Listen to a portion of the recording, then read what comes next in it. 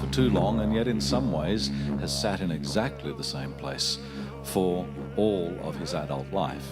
His name is Bubba Des-Nichols. You've probably already met him, and he's going to introduce you to a whole range of other lovely folk here for this relationship panel. Please make them all welcome.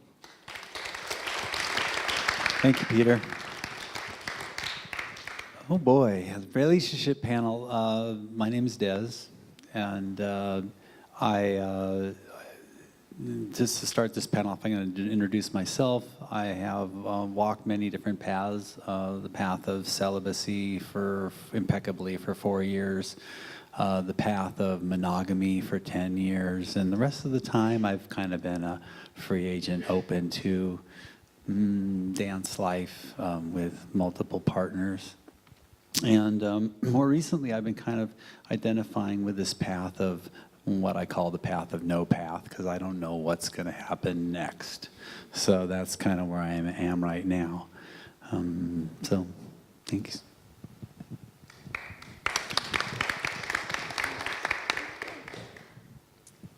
Hi, my name's Coral, and I'm sitting here under the title on the website, Free Dancer.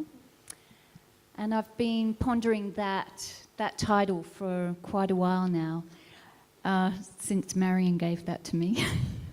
Thank you. But it does fit reasonably well, and I find myself currently living autonomously in my life, wanting to follow my heart and my truth, and I'm also dancing in love with several people. I have primarily a relationship with a couple, you could say, and I'm sure we'll talk more about that. That's the nutshell. It's good to be here.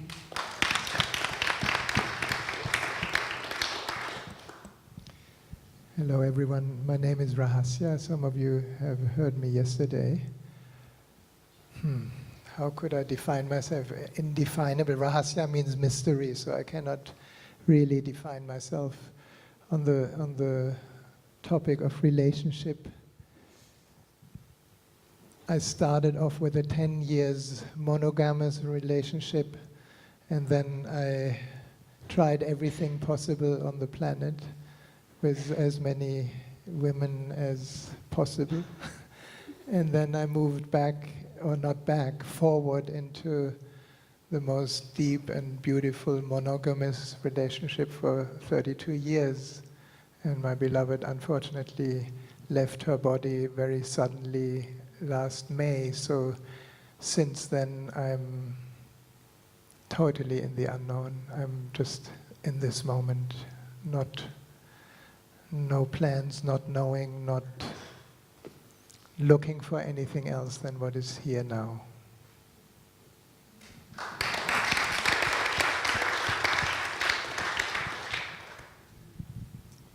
Hi everybody, my name's Tim. I'm here to talk about polyamory, I guess, and I've been with my partner Deb for 11 years, and we've been in a monogamous relationship for 8 of those years, and in the last few years have just branched out into exploring the possibilities of relating with other people, and it's been a really amazing experience for both of us and a lot of growth, and so yeah, we have some good stuff to share about that.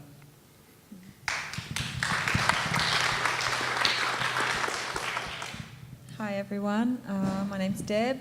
As you know, I'm here alongside my partner Tim, and yeah, I've been in a lot of different types of relationships over my lifetime, including a very intense one as my first relationship at 16 to 20, which, yeah, oh hello, I just got louder. Yeah, it was a reasonably abusive and very painful relationship, and so, you know, just I'm willing to share the journey that I've taken as a young woman into the present with my different types of relationships, and including my current one or few that I have at the moment. Thank you.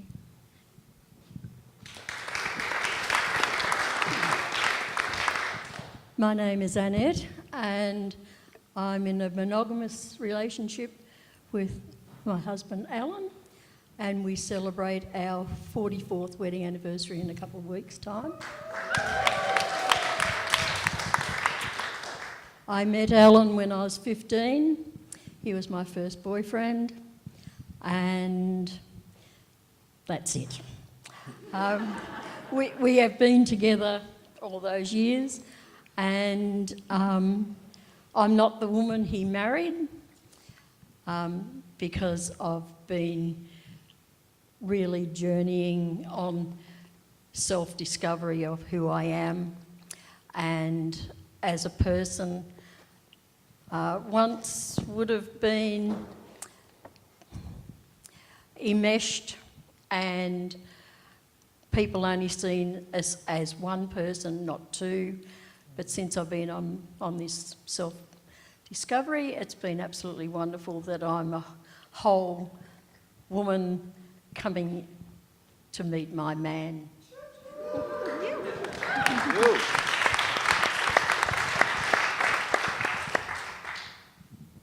My name is Alan, and as Annette has just told you, we've been around together for a while. I was 19 when I met Annette.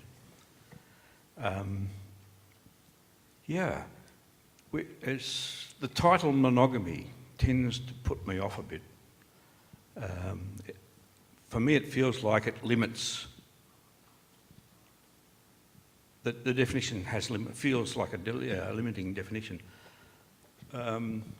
Because as Annette said, we've travelled together, but we haven't stayed in the same place. And so our whole relationship has been a series of different experiences. So to label it monogamous, because to me monogamy tends to say it's one. But our experience has been anything but mono. It has been a multitude of experiences, and we have changed so dramatically in the time we've been together. We were married coming up married 44 years, but in April, it'll be 49 years since we met. So we've been together, we've done a lot of different things. We've existed in the classic experience of a conservative town, doing what we were expected to have done, and then realising that there's more. But it doesn't mean we have to go more with other partners. I think I've said enough.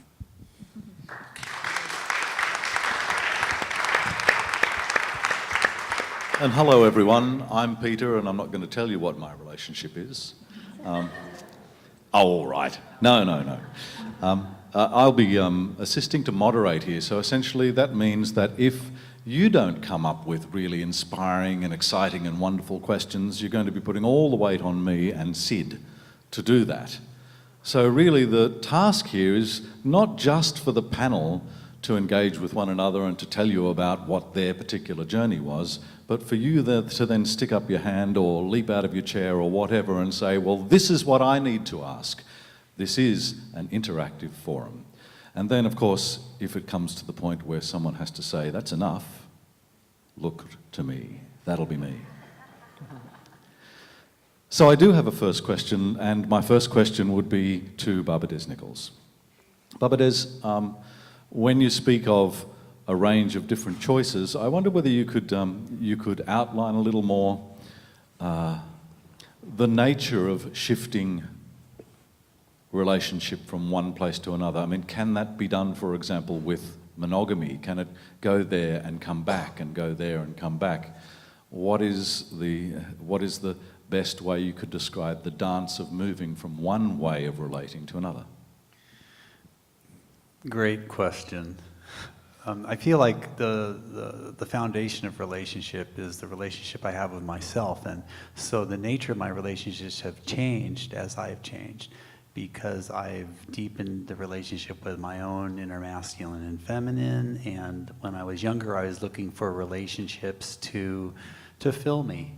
I was looking for, I didn't know it, but I was looking for a woman or, you know, a partner to kind of, in my parents' language, to be my other half, so to speak. And then To complete you. To complete me, yeah. And so that I could be happy. And so, you know, so it's changed the nature of relationship for me. And it is easy to transition relationships. And I think what's really important as we look at relationship is to really feel into what relationship path is going to serve us at any point in our lives. Because at different places, like, it really served me to drop relating to others for a while and just walk the path of celibacy, which is, for me, that means not a suppressing of my sexual energy, but just making love with myself and actually cultivating my sexual energy through self-pleasuring practices and keeping my sexual energy running, as opposed to an unhealthy celibacy, which is suppressing the sexual energy. And then, when you do that, it leaks out in unconscious and shadow ways. So that was a real coming home to myself, to really show up for myself and to really love myself and to not go looking for it outside of myself and to build that inner relationship. And that really prepared me to go deep into a monogamous relationship for, you know, impeccably monogamous for 8.5 years, and the joy and the magic of co-creating with someone and just walking hand in hand and shoulder to shoulder and creating so much abundance and success and joy and fun. And I feel like when you meet someone like that, it's not something that you can try to find. It comes along, and if you're present enough to recognize it, you're blessed to be able to meet someone that you can do your day-to-day life with like that. My parents are now married 65 years. You know, so they come from a deep monogamous background. And I admit that it wasn't always out of love, it was out of fear and a lot of other things too, but there's a lot of love there. But for me, it's like, wow, when I love that path of monogamy. I'm not close to it, but to me, it's something that's going to happen, not something that has to happen. And to really realize it's a tremendous gift to find someone that you resonate with, that where you just don't have a desire to share with anyone else. And it's possible. And if it's the truth, it's the truth. And to not deny it and to be able to step onto that road. Great. So then that takes me, come on, get those questions rolling, because otherwise I'm going to do it all, and I really will do it all. That takes me to the polyamorous couple who have gone for 8 years as a monogamous couple. And then it strikes me that it may have been a very interesting time for one person to come up with the idea that we're going to shift this now, and the other person to go, oh, are we? What's that? How does that unfold? Or how did it unfold for you? Okay.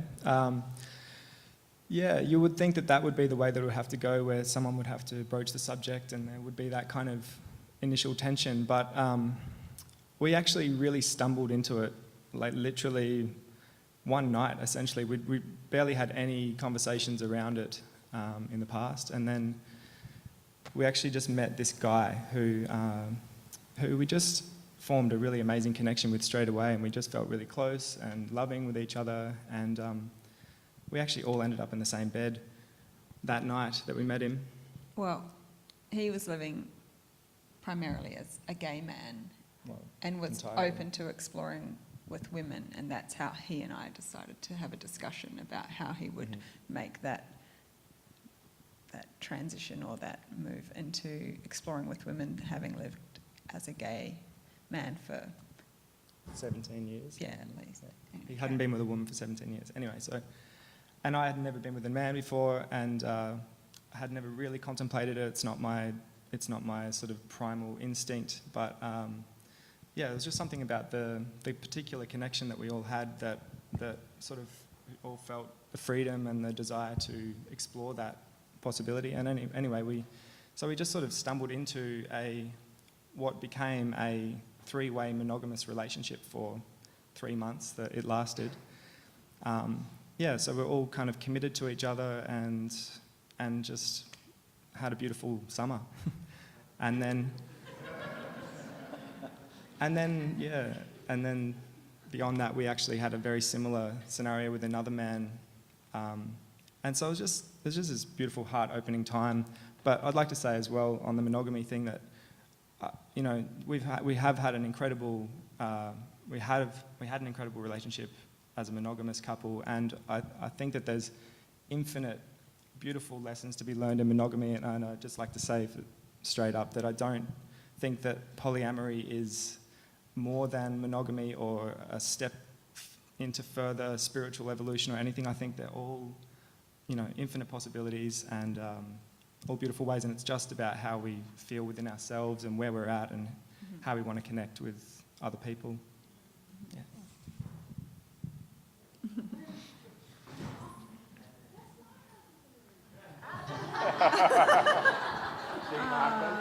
Sharing.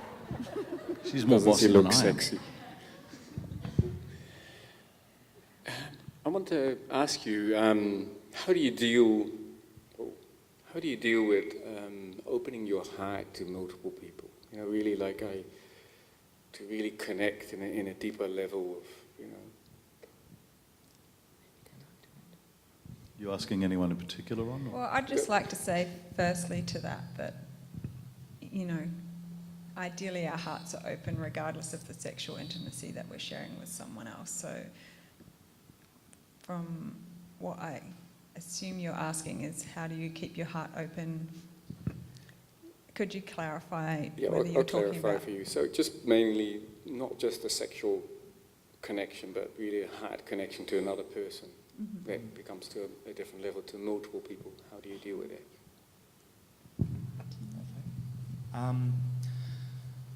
I find that each connection that I have with a different person, whether it's a friend or someone that I become intimate with, is another opportunity for me to learn more about myself and to explore the ways that I can love. And so it's a challenge in every moment, every interaction with each person that I know is a challenge to just continue to allow and to open to more and to new possibilities. And so I think it's for me it's a desire and a commitment to just staying open and being in love, and also recognizing that love isn't true love. Ultimate love, to me, in my opinion, isn't something that is possessive or needs to be attached to a certain person or place or thing. It's true love is just is, and so we can be in love with another person. We don't have to fall in love and or not. Yeah, we don't have to like possess the love that we're receiving from that person. It's free because it's open, because it's available to us all. As Des said, it's from within us, ultimately. Yeah.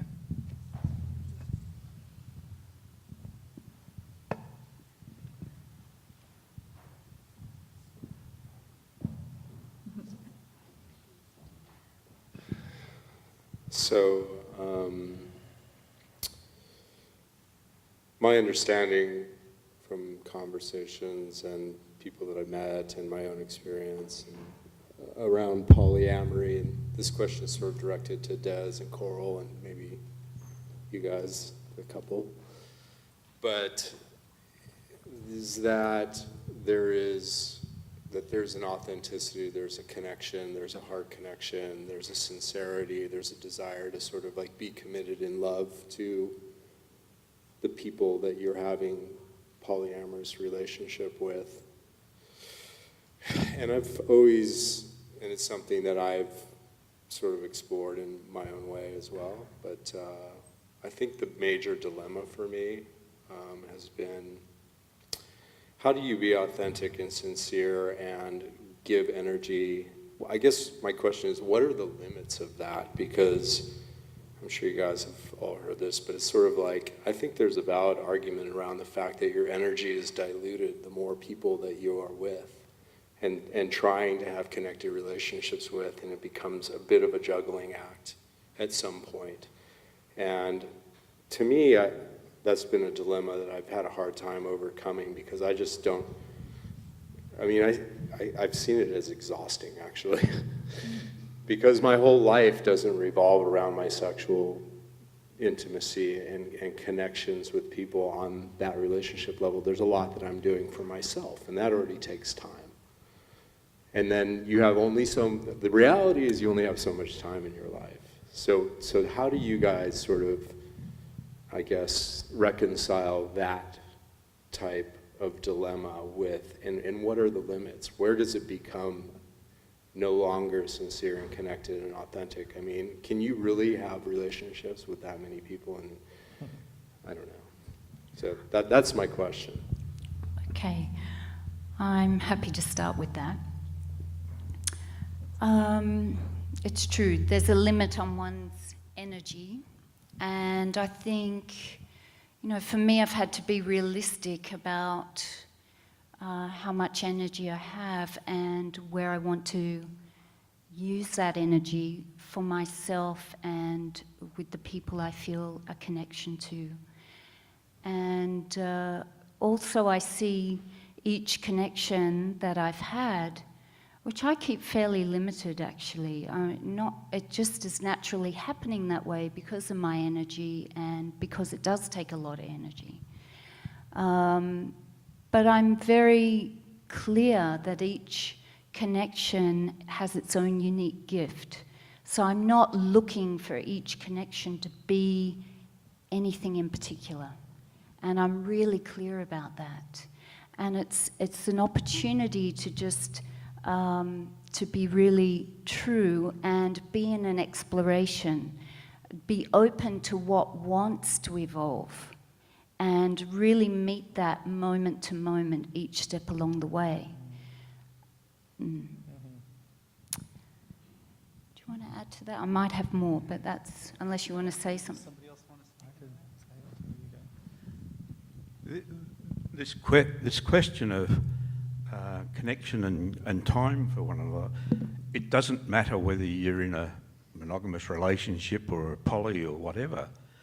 Throughout our lives, we're continually making choices about how we allocate our time. You know, children, work, sport, whatever. So it's no different to any other activity. It's the way in which we honour the connection. So is this connection of value? Mm-hmm. If it's of value, then we should honour it with our commitment. And that commitment can mean that we can negotiate, communicate, share what our aims and objectives are around this relationship. If we're all clear about what's happening, it doesn't matter whether there's 15 people involved or one. There's no angst. We know where we stand. Yeah, I agree with Alan. The expenditure of energy is a huge thing for me to contemplate in all of my connections, and it's also important for me to look at that, you know, like in all those aspects of my life, not just the people that I'm relating to, but my creative pursuits and my work and so on and so on. And so if you're feeling depleted, or you're feeling that your energy is not being reciprocated in a connection with someone else, then that's something to really look at. And that's the same with if you're going to a job every day and you're feeling depleted and you're not getting something out of it, and at the end of the day celebrating how you spent your time, then that needs to be looked at as well. And you know, for me, I've been very excited about the opportunity to explore with new partners, and you know, in the first probably year or so, I was, you know, juggling quite a few different connections because I was, you know, just like, you know, kid in candy shop type of thing, but at the same time maybe not being very honourable, A, to myself, B, to the people who was sort of, you know, we were, yeah. Anyway, it's a juggle, and it's important to look at it every day, if not more than once a day, at, you know, what am I getting out of this? What am I giving into this? Is it being, you know, is it an equal exchange, excuse me? When I look at a lot of expenditure of energy talk here, the question that comes to me is, we're at a sacred sex and consciousness conference where there's been a lot of talk about adding energy to ourselves by our engagement with others, and yet here I hear of loss of energy by engagement with others. I wonder whether Des and Rahasya could speak to that momentarily. I love this question, so thank you, and I love it being asked, because for me what I realized and what's evolved in is that my relationships bring me more energy and bring me more. And if it's not feeling like that's the energetic match, which you mentioned earlier, then it's not a relationship for me. And if it takes energy and it drains energy, then it's not a relationship for me. So I view more relationships as adding more energy and more love and all that to my life. And the other interesting thing around diluting is that if I'm choosing people who also feel like relationships bring energy and there's a true connection there, then I'm also not having to juggle or split my time between people, because we can all hang out together. And that can be really yummy.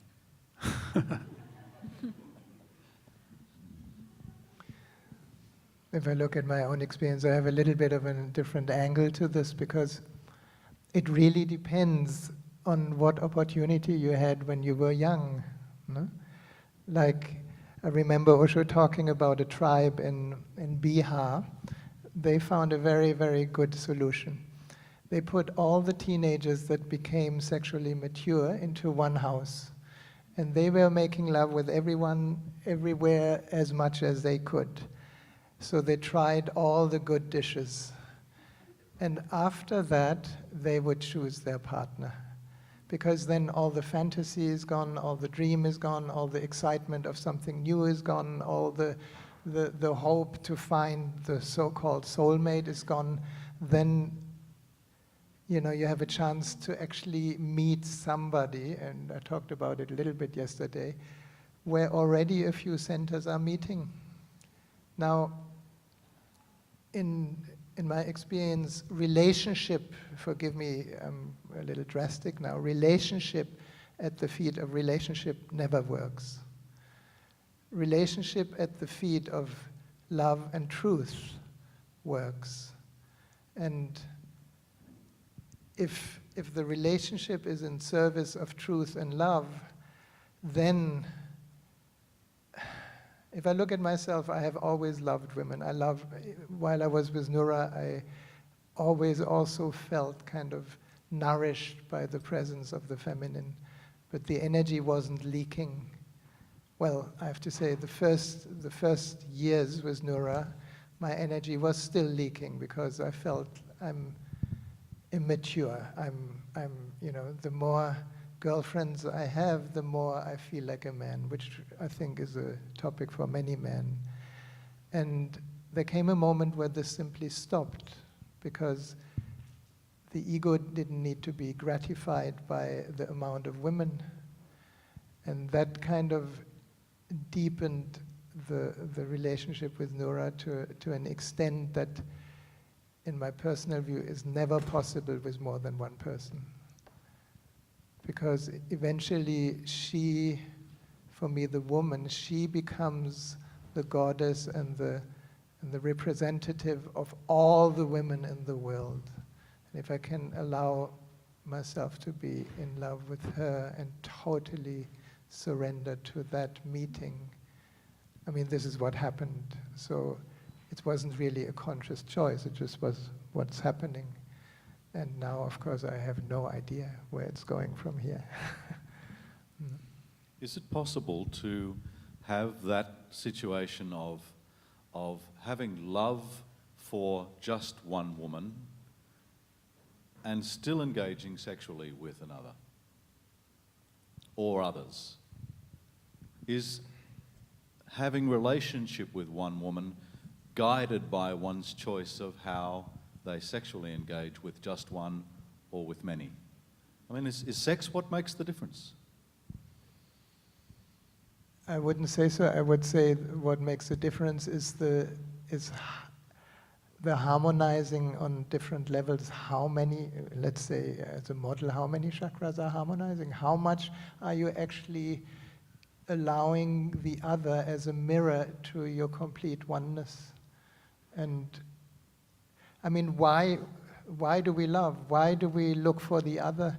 It is actually to come home and awaken to consciousness. That's the only reason, as I see. Everything else is kind of a dream.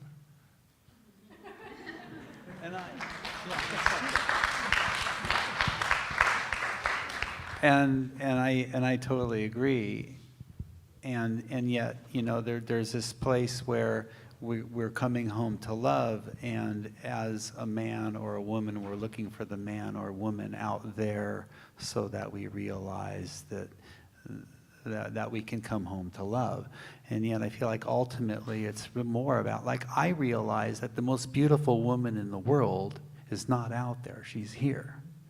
So I'm not looking for her anymore. So now I have this thing going on inside of me where the most beautiful man, the most beautiful woman in the universe are inside of me, and we're full and we're whole. And now it just comes down to, okay, so how does love want to move, and who do we want to play with, and who do we want to share with, and who do we want to do magic with? So it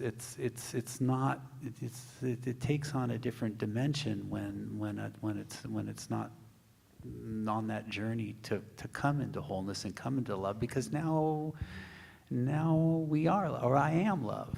So what does love want to do now, and who do we want to share with? So it takes on a different dimension, and I understand the journey that you're talking about. I have a question too. So on this path of becoming fully in touch with your own consciousness and choosing relationships to bring us closer to ourselves, I've been finding, and I'm asking this question for you guys being more, seemingly more experienced, like, is there a value in having a commitment? I feel sometimes I enjoy having a commitment to my partner to keep me on track and to look at my mirror reflection so I don't distract myself. Saying that, you know, I have no preference of monogamy or polycentric or sexual either, but can you say something about a commitment that could be like a stepping stone until you're at that place where you're just totally open and found yourself independently of everybody? For me, the commitment is to being as honest as possible with myself and with my partners. So really bringing everything to the table each day, each moment, just being fully transparent with what is and supporting one another in that. So I am choosing connections that are committed to that. And that seems to allow the love to keep growing and for us to meet whatever challenges come up along the way, you know, whatever conditioning. This is quite new for me. You know, I come from primarily a monogamous background, but for me, it's not about monogamy or polyamory at all anymore. It's about really living as close to the truth as I can, as much in love as I can.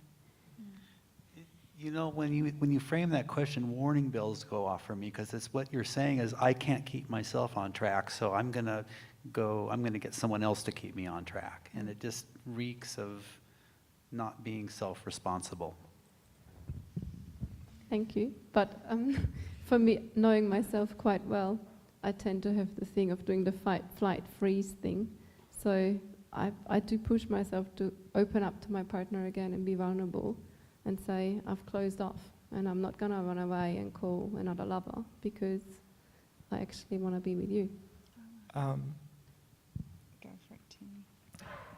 In our negotiations around opening up, we have had a series of kind of agreements in place that, you know, in the very beginning we were like, it was important for us to sort of really clearly know the other person, the other potential partner or we said in the beginning that we weren't open to having full sex with that person, but maybe like a certain level of exploration, and we'd kind of put these boundaries on it, which gave us a sense of security, and it gave us a sense of sanctity of what we had that was a little bit more, I guess, higher in a hierarchy, really, is what it comes down to, which over time we've kind of stripped back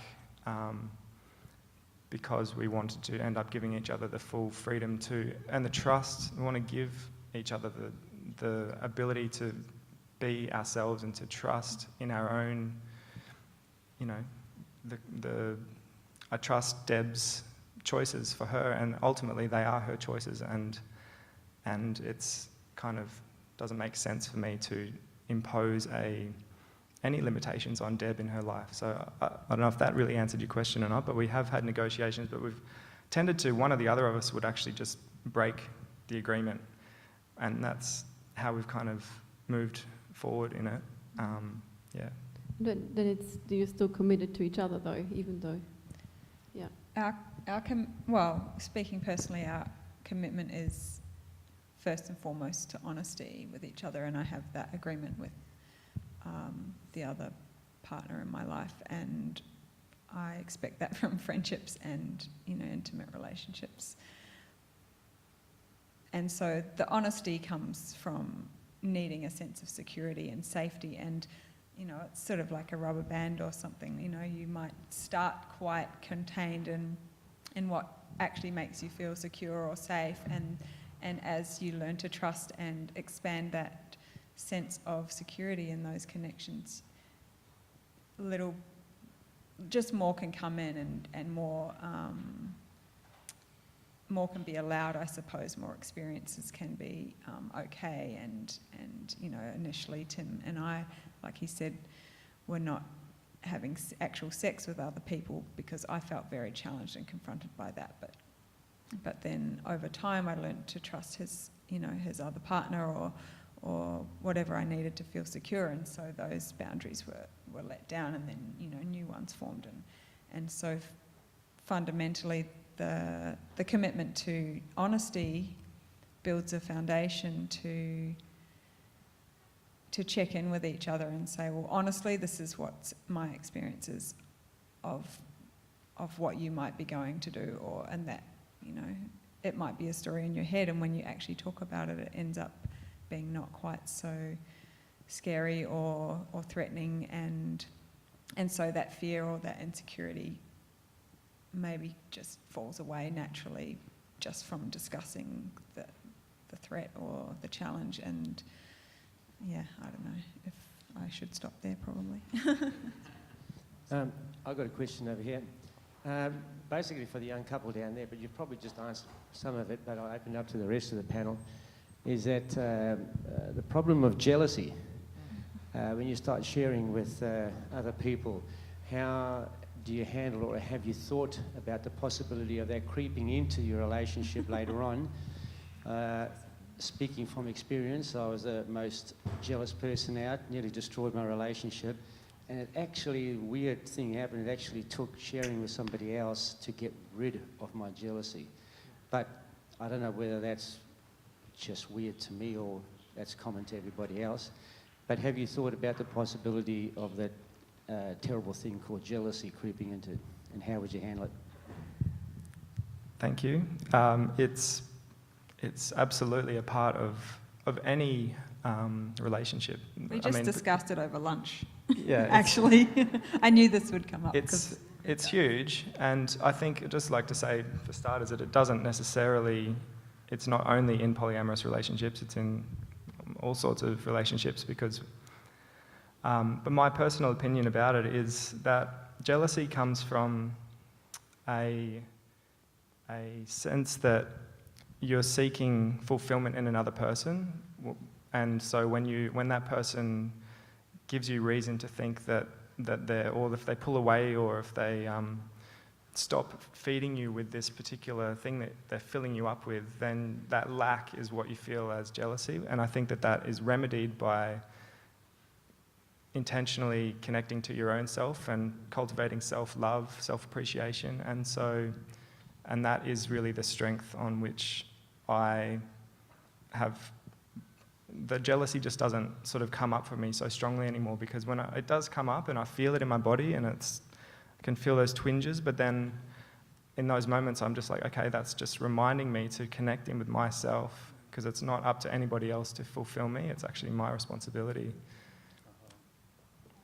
Yeah.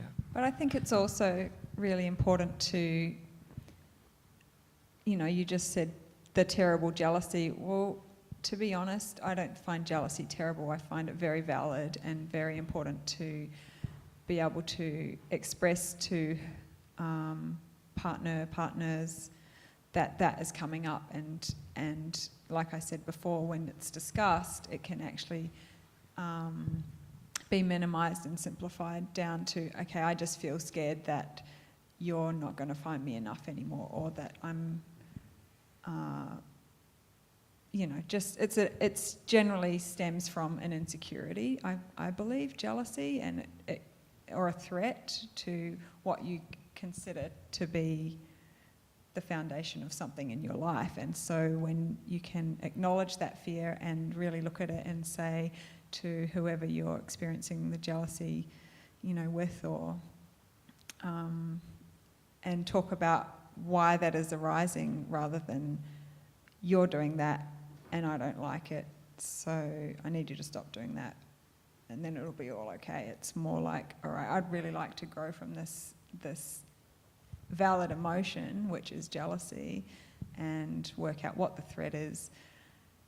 Oh, actually, you just want to expand your heart over there with someone else, and that's fine. I actually don't mind that. So the jealousy can kind of be, I don't know, just being gentle with it is a really important thing, I think, and being okay that arises, and not trying to, just send my partner off to make love with someone else and pretend I'm sweet, and oh no, actually shit, I'm not sweet, but I said that I was, so now what am I supposed to do, like really bringing the reality of what you're experiencing and the ideal, and trying to bridge that gap between, like, of course you want to be fine with it, if that's what you're doing, you're offering an opportunity for your partner to grow, and of course you want that, but there's that middle ground of, oh, actually no, that's rocky, and I need to patch that up in between, and then I will actually be okay with it. And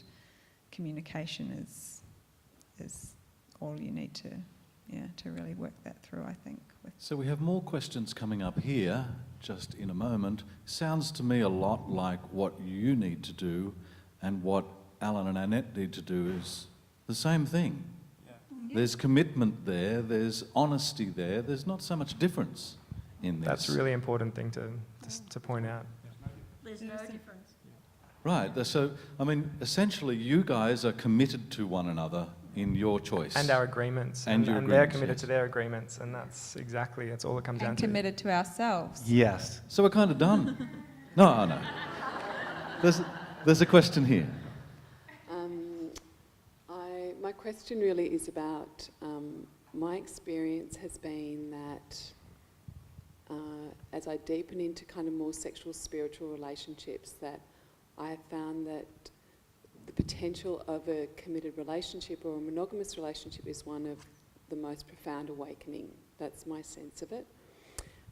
Because as you get into the sort of deep sexual experiences, that you have access to a sense of expansion that really allows you to see what's coming through at the deeper level in the body of the places that you're holding, the deep unconscious places that really do not have access in the fast pace that we live or the fast relationships.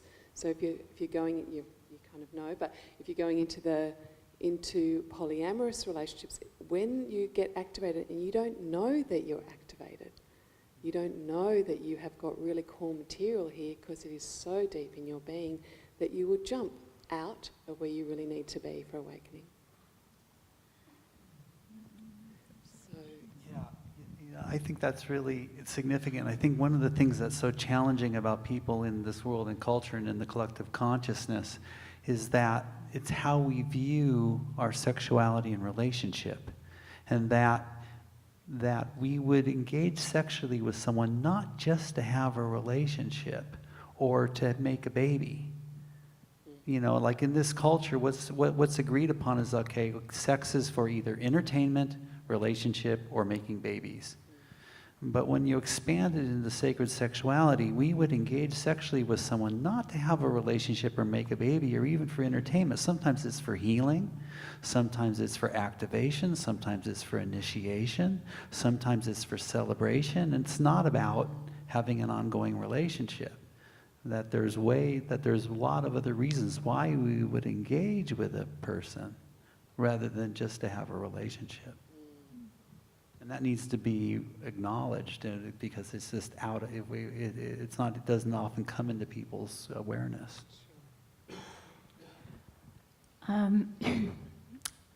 My experience of being in a deeply monogamous relationship, which was absolutely beautiful and healing and nourishing on so many levels, but there were areas within our sexuality that we just weren't able to go despite no stone unturned.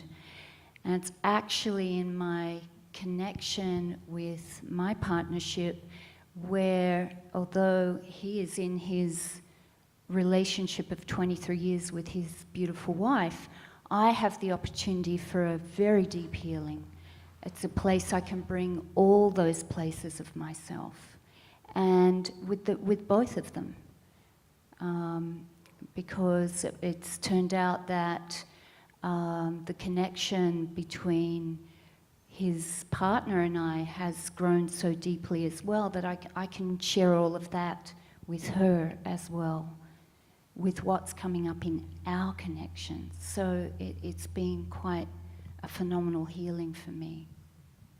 So why is it that when we have these gatherings put together that Baba Des gets nice to meet you, polite clap, and Coral gets a similar thing, and then Rahasya, who has 32 years with one soul that he obviously deeply loved and loves, and the roof comes off, and then we come back to Tim, is it Tim? Yeah. And Deb, and it's like, yeah, polite applause.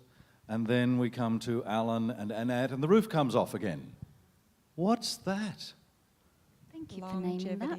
32 years, 44 years, and somehow we get excited about that, and yet we're so interested in the other. You know, we're kind of, yes, you've done it, we all want that. Whoa, how come we haven't got that?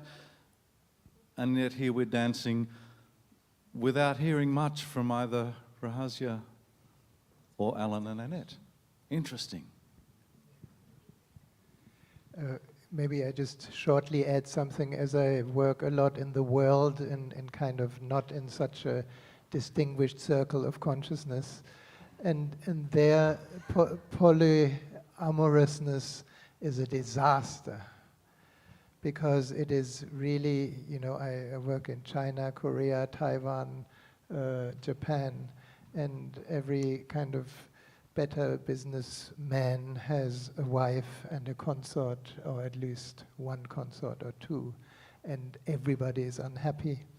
And there's this phenomenon in the East differently than in the West, that there is actually a huge topic of sex and love addiction for those who have to fuck as many women as possible just not to meet their own inner situation. And it has become, at least in Sweden, I have many clients who actually go to Sex and Love Addict Anonymous meeting because they are suffering deeply and cannot let go. It's a full-on addiction.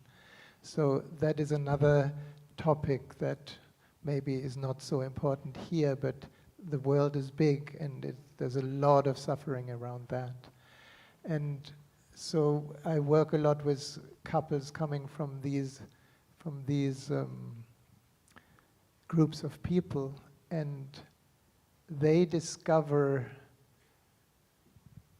a totally new dimension when they open up to each other and commit to each other monogamously. They discover love for the first time, which is very, very touching and very beautiful. So there are many different levels, and I think we are talking here about a very high level. We are, and I feel like this is the exact thing. It's like finding that wholeness through someone else, which will eventually bring you back to yourself. But it's kind of a circuitous route, and it's the way to find it inside of a certain level of consciousness that is the collective consciousness. So it's finding that depth and that love and commitment with another person because they haven't really found that depth and love and commitment into themselves. So you know, the common thing in the world that makes it so painful is that what's acceptable is lying, cheating, and sneaking, and that most monogamous couples, I would venture more than 50%, are really living a life of lying, cheating, and sneaking because they're not really monogamous. They're kind of living in the closet. They're polyamorous, but they're in the closet, pretending they're monogamous to the world. You know, it's like, come out. Stop lying, cheating, and sneaking. And if you're going to be monogamous, walk it with beauty and impeccability and passion, and let it be authentic. And if it's not, it's okay. You're not a failure, and you're not shamed because you're not monogamous, which is basically what happens. Oh, you broke up? Oh, I'm sorry. You know, it's like this whole thing, like all of a sudden your life's a disaster because now you're not with one person. I don't know. And that comes down to the fundamental rule of commitment to honesty with yourself, firstly. You know, if you're in denial and living a life that you're supposed to be living, or you were brought up to believe is right, or you've committed in a marriage and you're supposed to be one, you know, with that one person because you've said that you would be, but you're lying to yourself, it's just going to explode or implode somewhere along the line. And I agree. And making love for ego gratification stinks. My name is Karen. I'm a marriage celebrant. And what I'm thinking right now is we've institutionalized monogamous relationship in marriage. In the institution, it's actually called the institution of marriage, which is interesting. And I'm wondering whether marriage could be reinvented as a container for sacred relationship that has something to contribute to other forms of relationship. And, you know, as I speak, I'm thinking, there's our society and the discussion in the community has a lot to say about that, with the same-sex marriage being vehemently opposed to. So there's something in there. I'm wondering whether there's a contemplation for this kind of community to have a sacred container for the kinds of relationships that are merging more. Yeah, well, I guess commitment ceremonies or something like that. I personally find anytime you legalizing a relationship, bring it into that realm of legalization, to me, it just doesn't make sense, and it detracts from the sacredness of the relationship, and so I just don't really comprehend it. And then, as it's been stated, you know, looking at statistics around marriage, it's obviously not the most healthy institution that there is. So maybe we do need something beyond, something else. Australia hasn't even legalised same-sex marriage, so if they legalise 3, 4, 5-way unions, then that'll be something to celebrate. Well, Noura and I found a solution. We were living together for 25 years without being married. And Noura remembered that her mother said, make sure you're married when you're 50. So when she was 49, the last day of her 49th birthday, just before the birthday, we married, because there was absolutely no reason to marry. So, It's interesting, the word institution is used. My visualisation is institutions where we put people who have mental illness. Yeah. Sure, I'm married to Annette. It's got nothing to do about institutions or anything else. It's about how we feel about each other. Society likes us to be married, and that's their problem, not ours. The way we live is the way we live. And I think, I said earlier on that I didn't like the term monogamy because it felt restricting. And so, okay, we're married, we're living the way we like to live. It happens to be that there are legal frameworks in which it can fit, but does it really matter? I don't think so. I think what we've got going between us is all that really matters. The rest of it's just meeting some social norms and things like that. So I think we spend a lot of time going over and over about performance, meeting the needs, and I was very good at that. And since I've shed a lot of that stuff, I've been a hell of a lot healthier. So I think, don't get too bogged down on the institution. Let's get really into what do I want with this lady? What do I want with the people who are out there? Every person I meet, I have a relationship with. I have love connections with several people. They're not sexual. They don't need to be. But if they ever became that way, okay, that's all right. But it's nothing to do with all the institutional stuff like that. It's getting in the road. It's the personal stuff. It's the, what am I feeling? What am I feeling about this lady? Is she important to me? Too right she is. And there's a few other people out there that are pretty important to me too. But this is the lady I'm with. Don't get lost in all the other rubbish. So I'm going to shut up.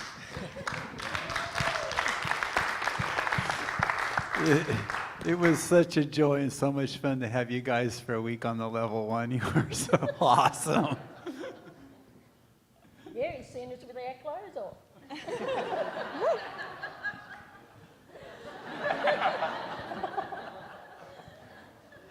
Now, I think if you check in every day with yourself and your partner as to what it is that you need in that day or moment from each other, and also,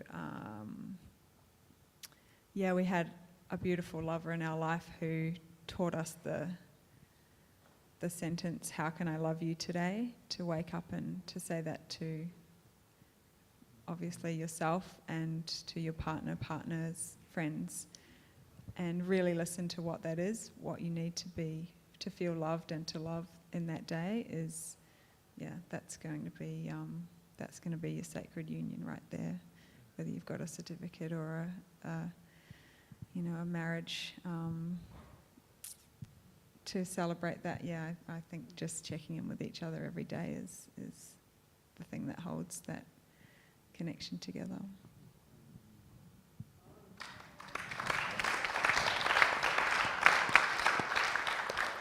Now, I've got a question for those on the panel who are experienced with polyamory. And my question is, how do you negotiate the periods of new relationship energy?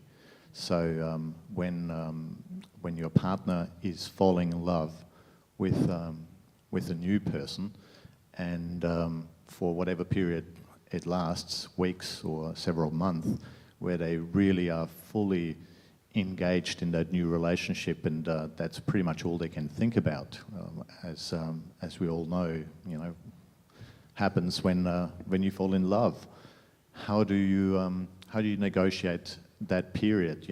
When your partner struggles to stay present with you, when they constantly texting and on the telephone to someone who's not with you at that point in time. Have you got any tools or any experience that you can share? That does happen. I guess. Yeah, it's kind of currently happening, but it's like we've said many times over. It comes down to taking those opportunities to come back to yourself and remember that your own fulfillment is an inside job. It comes from within. We need to, recognize as well that, Deb is her own person in this world, and I want her to follow her own truth and her own path, follow her own heart, and it's just not my place to restrict that. And so, because I love her so much, I want her to go and do whatever she wants that makes her feel fulfilled. So I trust in that. I just trust in that. And for myself, I guess I connect with the things that bring me into fulfillment and wholeness, which, I love to go into nature or be in my garden and simple things like that for me, and it's different for everybody, but just finding those things that connect you to yourself allows that to be a okay process. Ever any temptation to go, okay, well, this is going on, the attention isn't on me, so maybe there's someone I could engage with. That's maybe I could kind of almost a revenge engage. Yeah, the competition can. We've had discussions about this with friends who practice, who are polyamorous. It can also almost be easy to fall into that, sort of that hierarchy dynamic of, oh, well, they're doing that over there, so I need to. You've had four lovers, I've only had one, yeah, so that's right. I'm going to catch up. That's right. Yeah, and it's a competitive aspect to polyamory that really needs to be addressed very early in it. And I mean, realistically, if you want the best for your partner or partners, then you will trust their decisions, and that comes back to that rule of commitment to honesty. If they're being honest with what they really want and need, and you trust their decision making, that it's fundamentally the best for them, but also for the the connection that you're in, and for the other person that's coming into the dynamic, then realistically there doesn't need to be tit for tat, so to speak. There just needs to be, that's what you're on at this moment, and if that happens for me, it happens for me. So Tim just chose me. Yes, I did. Yeah. It's beautiful, and guys. It's a lovely decision that he's made, and we needed to come here and tell you that we're going to be monogamous.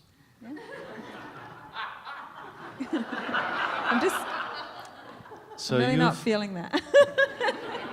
So I just want to suggest to you that that Tim has made a choice other than you. And it feels really permanent. Where are you, if you can feel that, understanding it's a little harder perhaps for us to project that. I'll role play with you. Where are you with that? Where might you go with that? I'd go sad first, I think. Yeah. Sadness and... Sad for you? Sad for Tim? No, I'd be happy for Tim. I think Happy it's a for good choice. Tim. Sad for sad you? For the sad loss, for the relationship? probably. It'd be a little bit of a grieving process if that was his choice to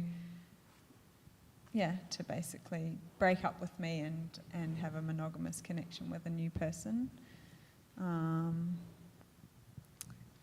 not sure. I'd love to say something. Yeah, please. I feel like that's an easy thing to get into a habit of assuming will happen in polyamory. It's like you essentially think you're just looking for the next person who you're going to end up being monogamous with and leave that person behind. And what I've come to feel is that the joys that can be had by maintaining being open and loving and integral with a few different people is is such a great joy that I don't want to risk that by not being in integrity or having to pull away with somebody else and only be with them.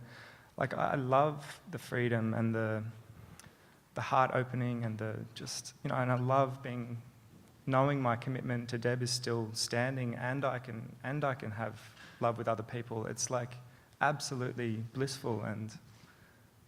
But there is the element of the person, the new partner, who is, coming into fundamentally what we have as a long-term committed relationship, and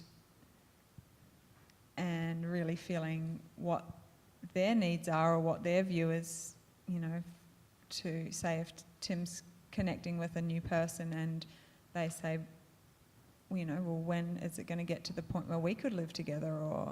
And the same for me, with partners that I have. And so, being very clear at the beginning that, for want of a better word, because I'm not into the hierarchical scheme of people in my life, but principal partner that I live with is probably not going to change. I don't imagine in the near future, that we will not live together. So anyone new that comes in needs to be very aware that that's how we are and that's our dynamic, so we never portray ourselves in any other way. It's probably one of the first things that we would have to, even just socialising and meeting someone new that there's a affinity with or an affection, to avoid any pain or confusion. I'm very straight up with the fact that I'm in an open relationship, but I'm in a committed long-term relationship where I live with that person. So what you offer for each other, you're actually not offering to others? I would love to say that it was like... They're just there for a kind of cheap fuck, and you guys are fully committed, but you get to, play around, have a bit of sex with someone else, but they can't expect that to go anywhere. At all for either of us. It may be, and look, that's a good point, is that polyamory isn't one thing. It's a multitude of different things, and it can be that for some people. It could be not about the love, and it could just be about the sex. And in our particular dynamic, and if that works for both people, that's valid. Absolutely. Consent is everything. But for us, we're into establishing lasting, genuine, heartfelt, loving relationships with other people, in natural way. With the evolution in mind that anything can and will and most likely is to happen. So if one of us fell in love to the point where we felt to live with the new person, then I would not doubt that we would be open to discussing that and making changes as they needed to be made. It's a part of our journey together, is the evolution of our hearts and our souls. So, and that's the same negotiation that a monogamous couple would make as well. There's that same potential for betrayal in any relationship style, and so it's all about just that maintaining truth, integrity, communication, and that's pretty much it, really. Honour and respect to all of you for what it is that you have presented here today, for the courage that it takes to speak openly of where your decisions have taken you and the journeys that you've been on. I wonder, could we have just the gem of wisdom that you think you can bring with no warning in order to conclude for us today, because we are out of time. So starting from Baba Des, can we have just a gem of wisdom, then pass the microphone on until we reach through to Alan. Could we just, before that happens, have a round of applause for a really lovely contribution?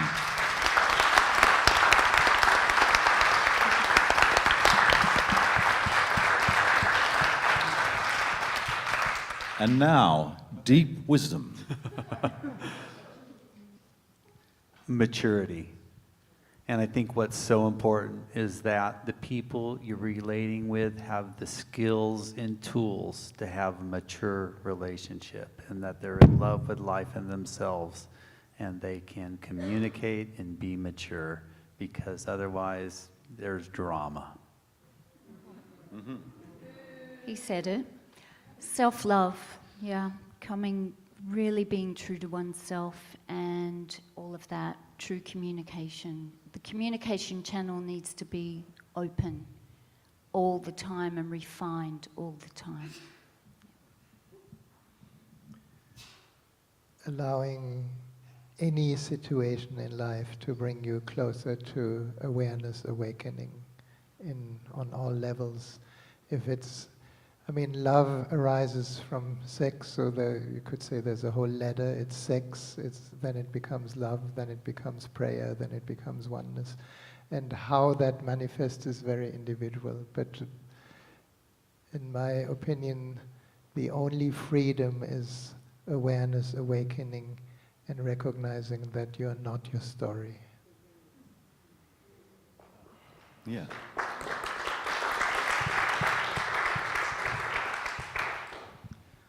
I would encourage everyone to find the place of fullness and love in yourself, and through gratitude. I find, for me, just like being gratitude for the things in my life that bring me into my own alignment and fullness. It's when I'm in that state of full, loving yumminess, then all the things that are meant to flow to me just flow to me, and I don't have to seek them, and I don't have to try to make it happen. And relationships are in ease, potential new relationships open up. It's just, it all comes from your own cultivation of self-love.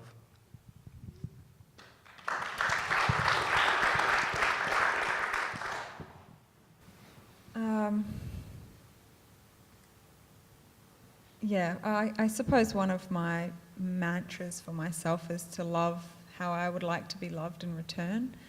So, in saying that, emotional experience is different to emotional maturity. You may start or be in a relationship with someone who you feel is emotionally immature or not meeting you on that level, but it's possible that they just haven't had the experience or opportunity to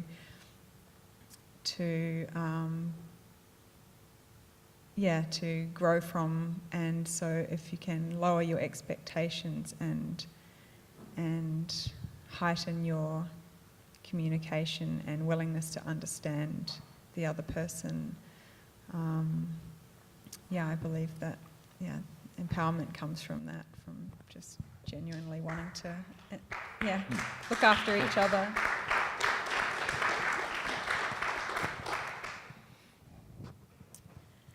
Communication, connection, and love.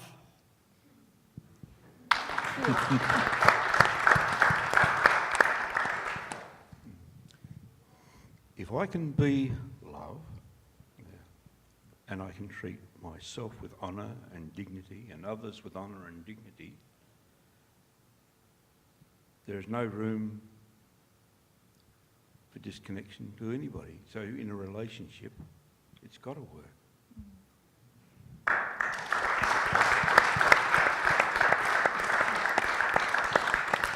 Alan, Annette, Deb, Tim, Rahasya, Coral, Des, please thank them.